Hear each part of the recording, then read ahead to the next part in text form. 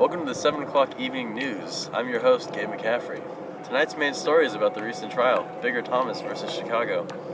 There's been an interesting development in the support of Bigger. Communist lawyer Boris Max is defending Bigger, even after Bigger accused a known comrade, Jan, of murdering Mary Dalton. We now go to our reporter in the field, Julian, for an interview with one of the jury members. Julian? Thanks, Gabe. Who I have with me now is Dr. Noel Carrillo, a member of the deciding jury. Mr. Carrillo, how do you feel about Mr. Max's speech in anything particular?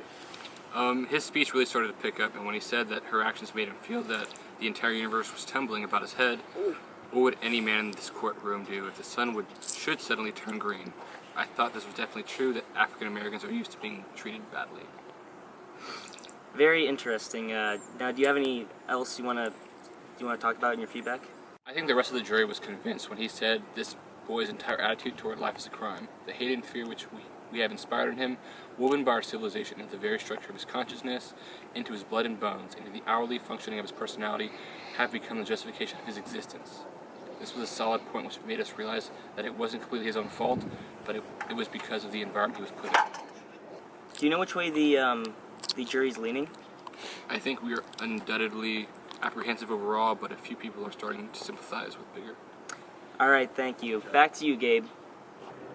Thanks, Julian. Mr. Max was also quoted saying, and I quote, "His very existence is a crime against the state."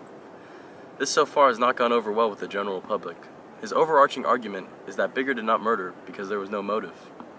He also said that Bigger's consciousness was created by the society whites created, which is a pretty bold statement. That's all for today. This has been your 7 o'clock news.